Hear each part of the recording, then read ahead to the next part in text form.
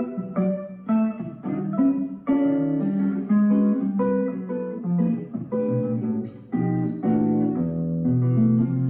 it's Ric Stewart, back for Blues Center interview number 21 with Phil DeGruy.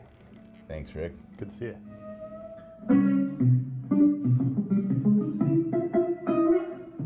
Tell me about growing up and the music that was surrounding you at the time. Well, first of all, I ain't finished growing up. There's a 11th commandment in New Orleans. Thou shalt not commit adulthood.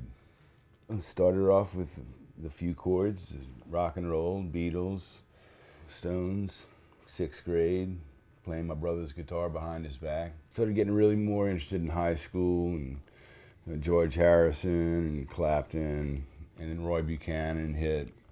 Then my mother gave me a Chet Atkins record, like senior year. And I was like, whoa, whoa, whoa, whoa, whoa. Back up, what's going on here? So I got really curious.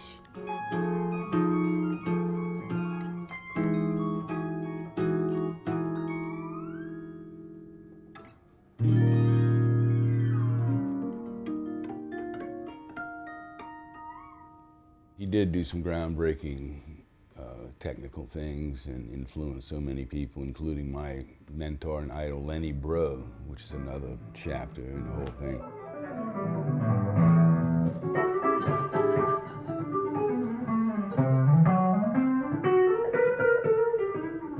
And I heard about a teacher named Hank Mackey. He knew the Chet technique and how to explain it thoroughly. He also showed me the secret about cascading harmonics. Chet was sort of like the firecracker, but Lenny was the dynamite.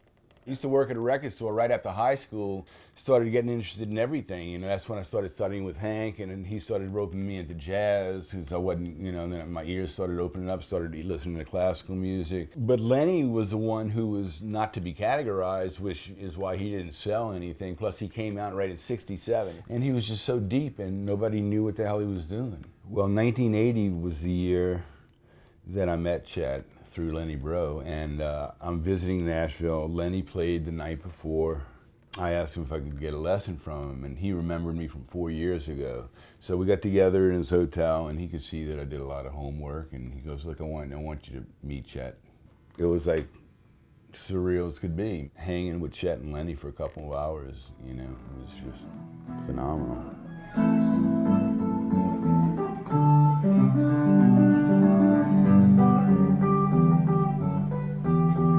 You have your various versions of a Beatles medley, or is it a deconstruction? What are you working on exactly? It goes both ways. If I do the whole thing, it's about a dozen tunes.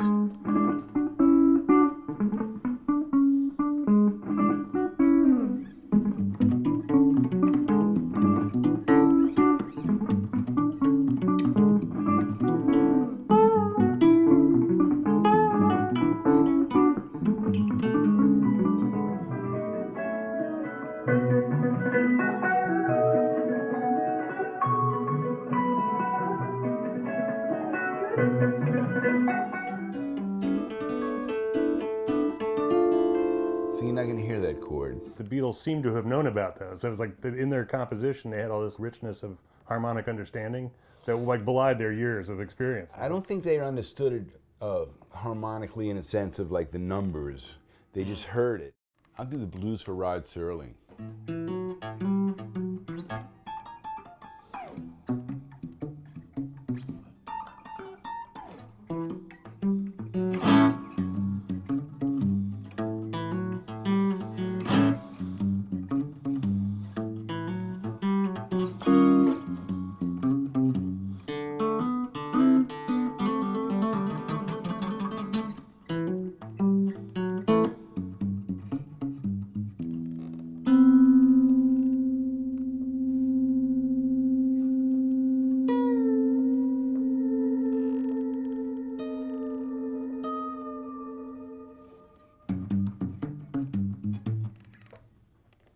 All right, we're up to question 4 now.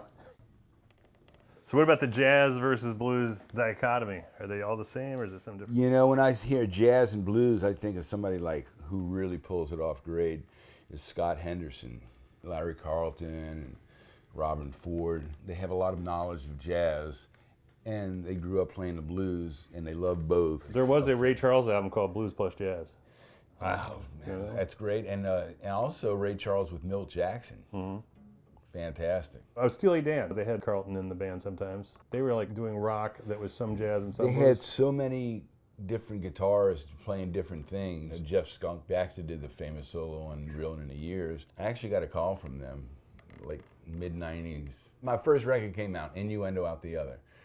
And I thought they were wanting me to open up for them, like a little half-hour solo thing. And so they wanted a guitarist.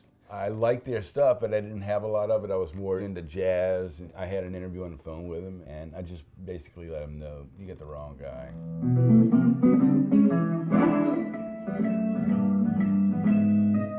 The Kinks' Sunny Afternoon and the Hollies bus stop in a conjoined form, too. What was going on with that one? Well, I've been doing those tunes for several years. It just felt right. You're a fan of the British era. Yeah. John Mayall and the Blues Breakers with Clapton and the Hideaway, and I have all that, and was inspired with that. But then, like I said, Chet came along and took up a lot of time. But in the British thing, why do you think they were so effective, since they were kind of outsiders? Because they knew how to manipulate the blues. You know, it's all folk and everything. Since I don't really sing, I'll take a tune like that and I'll think about it and think I can make an instrumental out of it and make it seem interesting to me. I don't do Facebook or snort Instagram. Twitter makes me bitter, plus I don't give a damn. And not much time has elapsed since we went from the planet of apes to the planet of apps. But I don't mind being alone. Apple can kiss my ass. I got my little flip phone. I got my little flip phone. I can't but call you, baby. I got my little flip phone.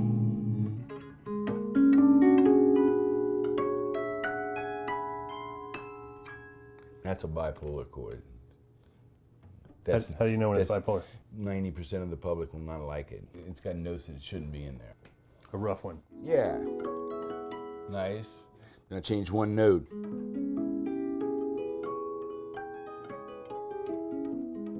I'm into weird chords.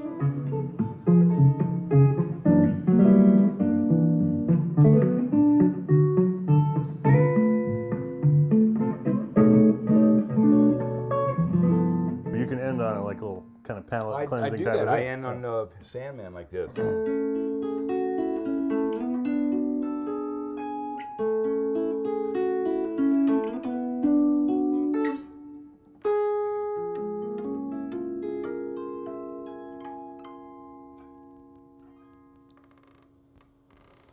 Mr. Sandman, the old material. It's a different key, but the same note. The note remains the same. Thanks for coming by, Phil. I appreciate it. Thank you.